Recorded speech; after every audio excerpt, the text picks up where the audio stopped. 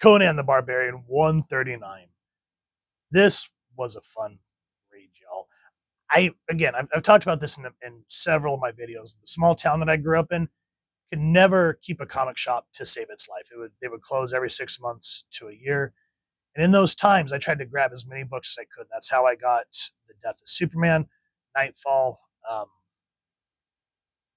The Age of Apocalypse. Yeah, I dove through all of that. And a majority of Death of the Family, not Death of the Family, what's that called after Superman's death? Funeral for a Friend and Reign of Superman. That's how I was able to keep up and really love those books. But they never really promoted, like when you go in the bookstore, like they'll have the books on the wall or they'll kind of have like stuff saying what's coming up and whatnot. But they never really, I don't know if that was on the comic shop's part or on Marvel or DC's part, but I never really saw, what do you call it? Promotions for Conan. So I really didn't know it was a comic book. I just knew that in my youth that it was a cool barbarian movie with Wolverine, oh my god, with Arnold. And in that time, I was like, well, I could watch Conan whenever I want on USA because USA used to play great movies, and that's how I did Conan and the Beastmaster. Anyway, when we first moved to where we are now, there was a big garage sale going on. It was like a multi-family thing. And as I was going to check out, I was disappointed that I didn't find any like vintage action figures or anything. But I just happened to look and I saw a stack of comics on it. Oh, baby. And there was a bunch of Conan books. And this was one of them. I wish it was in better condition. You can see the pages are kind of yellowed and lots of nicks and tears, which is disappointing. I have to clean that up because that page right there's ticks on the spine, but nonetheless, I'm glad to have it because this was an awesome classic old school cover, dynamic, beautifully hand drawn. Let's dive into this book. The print date on this is October 1982. This is Bruce Jones' script, Val Mayerik doing the art, Janice Chiang doing the letters, George Roussos doing the colors, Louise Jones, which, for those of you that know, sorry, I haven't had enough coffee. Louise Jones is Louise Simonson. This was before, I guess, she married Walter Simonson. And then Jim Shooter, editor in chief. And this is In the Lair of the Damned. And I love that, and this is what I miss, is I love that when, if they, like modern comics, like around the early 2000s, the X-Men books, they'll say like previously, which helps. But I wish when it's a little more organic in this regards, where we get this gorgeous dynamic shot of Conan protecting this woman with this beast coming at them, and it goes, perhaps the weirdest sojourn of the young barbarian's life. It began along a quiet Cimmerian forest trail in midsummer, continues here in the fetid bowels of Ishiti's lair, and even mighty Conan cannot guess where, in all the twisted corridors of the nightmare world, the journey will end. Perhaps it will be end in the dank prison beneath this island's crust, in the dungeon's home on of the wizard Ishilon. And so right there, you just kind of, okay, you get at least an idea of what's going on. So if you didn't read issue 138, you're in.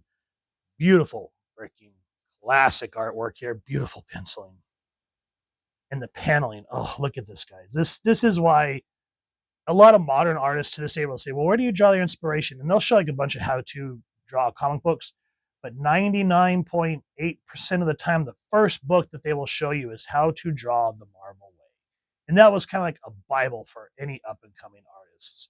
When I was a kid, I used to draw my own comics a lot because I wanted to be an artist, a comic artist when I was a kid. But unfortunately, that did not happen. Anyway, and I had my own copy of How to Draw the Marvel Way, and I always sit there and try to emulate it. And did my best, but never got as far as I wish I would have. And that book is gorgeous because there's a lot of like John Buscema work in there, and it just makes you look at this and you're just like, damn, that just, you can see why that translates so much. Speaking of, we have gone over How to Draw the Marvel Way, so I'll make sure to leave a card up here so you guys can check it out. I kind of flip through it and show why it is so important and a part of our modern mythos zeitgeist. So it goes, Conan minus tell, or perhaps it has already ended. Perhaps it is all a dream conjured in some madman's mind. Ugh. A madman, not unlike the one now crushing the life from Conan's ribs. Revel, Ishilon's brother, had magically shanghaied his niece, Pelija. I don't know if it's Pelija or Pelija, because J's can either be J or Ha. So I don't know if that's Pelija or we're going to go with Pelija because it sounds nicer. And Conan into this brooding halls. There had shown them the tortured image of Felija's father, Ishilon, chained beneath a mystic isle by the snake goddess Ishiti for his misuse of her sacred amulet. Ravel needed a strong sword arm to retrieve that ruby fetish from around Ishilon's neck, for within it lay the unimagined powers of Set. Ravel transported the unwilling couple to another dimension isle of the living dead, abandoned them there with the abomination. They entered the netherworld and battled with all the children of Ishiti, winding their way at last to the wretched side of Ishilon. They discovered Ravel's true treachery, for Ishilon had not been made merely a captive, but has been transformed into a snake demon itself. And I just love how he goes, Crom's teeth! And then the battle begins, where we open, and we got a great, beautifully illustrated way of how we got to where we were. We're brought up to speed, and if you're a new reader, you're thinking, man, I want to see what's going to happen in the continuing adventures of Conan, and I'd like to see how this all started and start going back. Which there is an arc of Conan that we've gone over. I can't remember the issue numbers off the top of my head, but it's where Conan's trying to save Red Sonja from marrying this wizard. Essentially, we've gone over the latter two issues. I need the first one, how everything got built up, so I need to hunt that down. I've gone over those two, so I'll make sure to leave links down in the comments. Not in the comments. What are these things called up here? Cards. Those things. So anyway, life or death battle. Conan, however, has not been sent here weaponless and rips Ishi's slithery tail with a lightning stroke. With a roaring hiss of agony, the wounded demon hurls the mighty Cimmerian from him. And of course, there's heartbreak. I mean, even here, you got to feel bad for this guy who is a captive that has been transformed, and there's nothing else they can do. Curse that rebel. He knew there was no hope to save your father. He cared only that we acquire the snake magic pendant. He has played us both for fools. He shall pay. But now that they got what they came for, it turns into a run to get away from Ishiti's minions. And you feel the intensity, the suspense, the dynamic paneling as Conan leads the way and tries to save Pelija in the process. Only then to come head to head with Ishiti. And at first, when they find the exit to this tunnel, they're thinking, "Good, this rock is unmovable." With rising horror, Conan realizes that the wall upon which he and Pelija stand is really the serpent torso of the furious snake demoness Ishiti. She wraps herself around the crypt. So, barbarian, this is how you repay me for saving your life? By invading my sacred sanctum and stealing my magic pen. And you, Pelija, daughter of Ishilon, the betrayer, you wear that same pendant. It will protect you from me, is true, but your barbarian friend shall pay for the folly of you both. His death will neither be easy nor pleasant. Behold. And again, you can just feel, like, whenever I see these type of panels, I think back to the old, like, 60s sets, like Star Trek, where you could tell it's on a soundstage, but still, because the movements of the actors and the soundtrack, it just brings you in. Like when Spock is fighting Kirk and you get that, I feel that in this. If you guys don't know what the hell I'm talking about, go watch old sci-fi and action movies like that, and Star Trek. I mean, that's a great example in my personal opinion. You could just see that here with Ishiti. Love, again, all hand drawn, 82, way before digital art was really a thing. All had to understand anatomy, had to draw the marble way. Beautiful. She just looks down in anger at Conan. And of course, Conan, because he doesn't have the pendant, begins to fall to Ishiti. But I'm going to try not to spoil too much because I want you guys to go read this. It says, still he climbs, his body now a cruel parody of a man's, and once more the killing flames strike him down. He rises slowly, his body twisted and ravaged, his strength all but gone. Nothing but his will remains. Ishiti raises her furious head and opens her mouth to strike.